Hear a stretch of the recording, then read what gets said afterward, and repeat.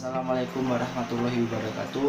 Di sini kami dari kelompok 7 ingin mempresentasikan dari jurnal kami, yaitu tentang konsep mahabbah ilahiyah.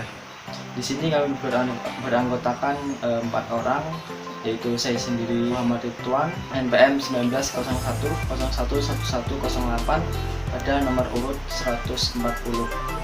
Nama saya Nuzul Fauzia, NPM 1901010047, nomor urut 139. Perkenalkan, nama saya Nur Hidayah, NPM 1901012029. Perkenalkan, nama saya Titik Dewi Rahayu, NPM 1901010059. Di sini saya ingin membahas tentang pengertian mahabbah. Secara etimologi, kata mahabbah berasal dari kata ahabba, yuhibbu mahabbatan, yang secara harfiah berarti mencintai secara mendalam atau sangat mencintai. Jamil Saliha dalam Mujam Al-Falasyafi, mahabbah adalah lawan dari al-baghdad, yaitu cinta lawan dari benci. Mahabbah dapat juga diartikan sebagai al-wadud, yang memiliki arti sangat kasih. Ada juga pendapat mengatakan bahwa mahabbah itu berasal dari kata al-habab, yang memiliki arti air meluap ketika turun hujan deras, sehingga kata mahabbah adalah luapan hati seseorang yang sedang merindukan kekasihnya. Kemudian ada pula yang berpendapat bahwa kata mahabbah diambil dari kata hub, yang artinya adalah bejana. Di sini dikatakan bejana besar, sehingga dapat digunakan untuk memuat berbagai macam benda hingga penuh, hingga tidak ada lagi benda yang bisa masuk. Ibaratkan adanya hati seorang pecinta tidak akan menyisakan ruang hatinya kecuali untuk kekasih hatinya. Adapun secara terminologi dalam perspektif mayoritas sufi, dikatakan hakikat cinta tidak dapat didefinisikan.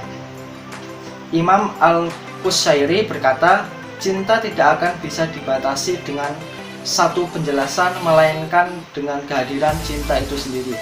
Dan cinta tidak akan bisa dilukiskan dengan suatu gambaran. Justru dengan mendefinisikannya, ia akan semakin tak jelas atau kabur. Definisi cinta adalah wujud itu sendiri, karena pada dasarnya definisi hanya berlaku untuk suatu ilmu. Sedangkan cinta adalah sebuah keadaan di mana perasaan yang terpendam ke dalam lubuk hati para manusia. Tidak ada yang dapat dibincangkan tentang cinta kecuali penjelasan tentang bekas-bekas yang ditinggalkannya. Secara istilah, menurut kalangan ulama ataupun sufi, terdapat perbedaan pada mahabbah karena persepsi yang disampaikan berdasarkan pengetahuan dan pengalaman mereka. Adapun berdasarkan pengertian di atas, dapat dipahami bahwa mahabbah adalah kecintaan kepada sesuatu yang amat dalam. Hatinya diselimuti dengan kecintaannya, dan tak ada yang dapat mengisi hati kecuali yang dicintai.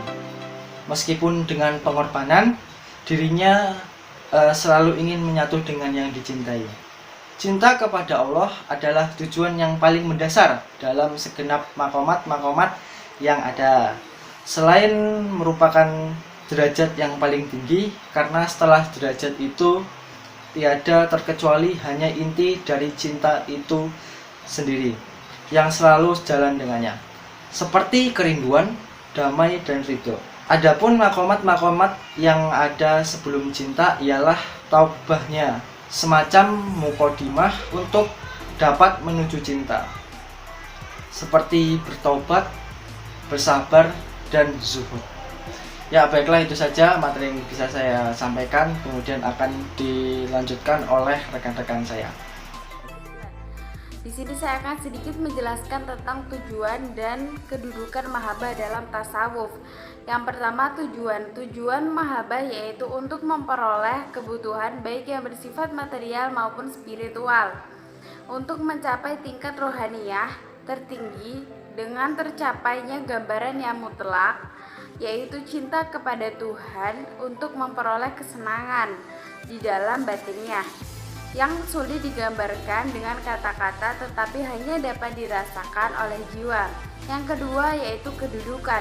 Ada yang berpendapat bahwa istilah mahabbah selalu berdampingan dengan ma'rifat. Kalau ma'rifat merupakan tingkat pengetahuan kepada Tuhan, maka mahabbah merupakan perasaan kedekatan kepada Tuhan melalui cinta. Menurut Al-Ghazali dalam kitab Ihya Ulumuddin, memandang ma'rifat datang sebelum mahabbah. Beliau juga mengatakan bahwa ma'rifat dan mahabbah merupakan kembar dua yang selalu disebutkan berbarengan, jadi saling melengkapi.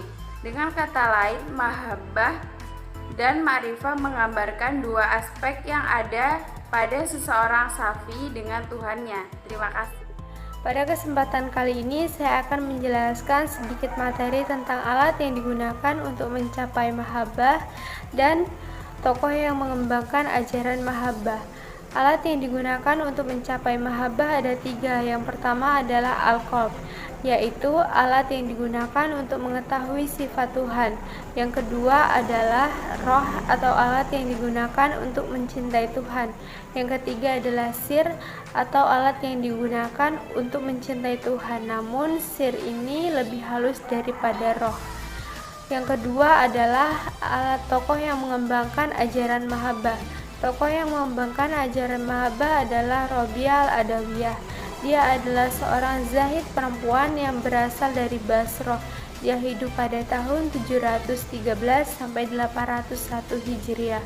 Menurut riwayat, dia adalah seorang hamba yang dibebaskan. Kemudian dalam hidupnya, dia banyak beribadah, bertaubat, serta menjauhi kesenangan hidup di dunia.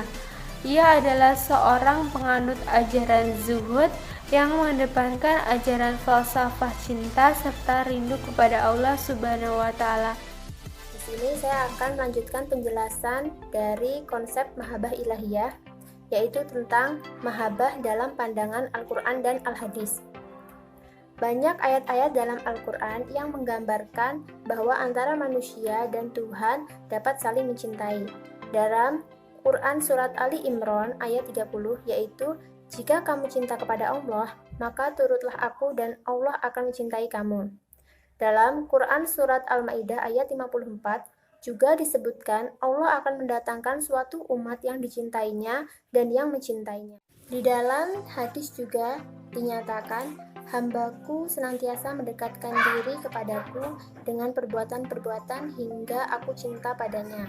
Orang yang kucintai menjadi telinga, mata, dan tanganku. Dari kedua ayat dan hadis tersebut dapat memberitahukan petunjuk bahwa antara manusia dan Tuhan dapat saling mencintai, karena alat untuk mencintai Tuhan yaitu berasal dari roh Tuhan.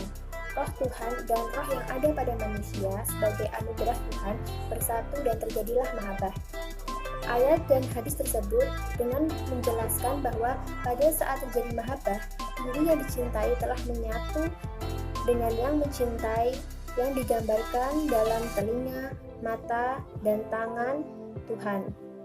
Dan untuk mencapai keadaan tersebut dilakukan dengan amal ibadah yang dilakukan dengan sungguh-sungguh. Itulah tadi presentasi dari kelompok kami. Kurang lebihnya kami mohon maaf. Kepada Allah kami mohon ampun. Billahi taufik wal hidayah. Wassalamualaikum warahmatullahi wabarakatuh.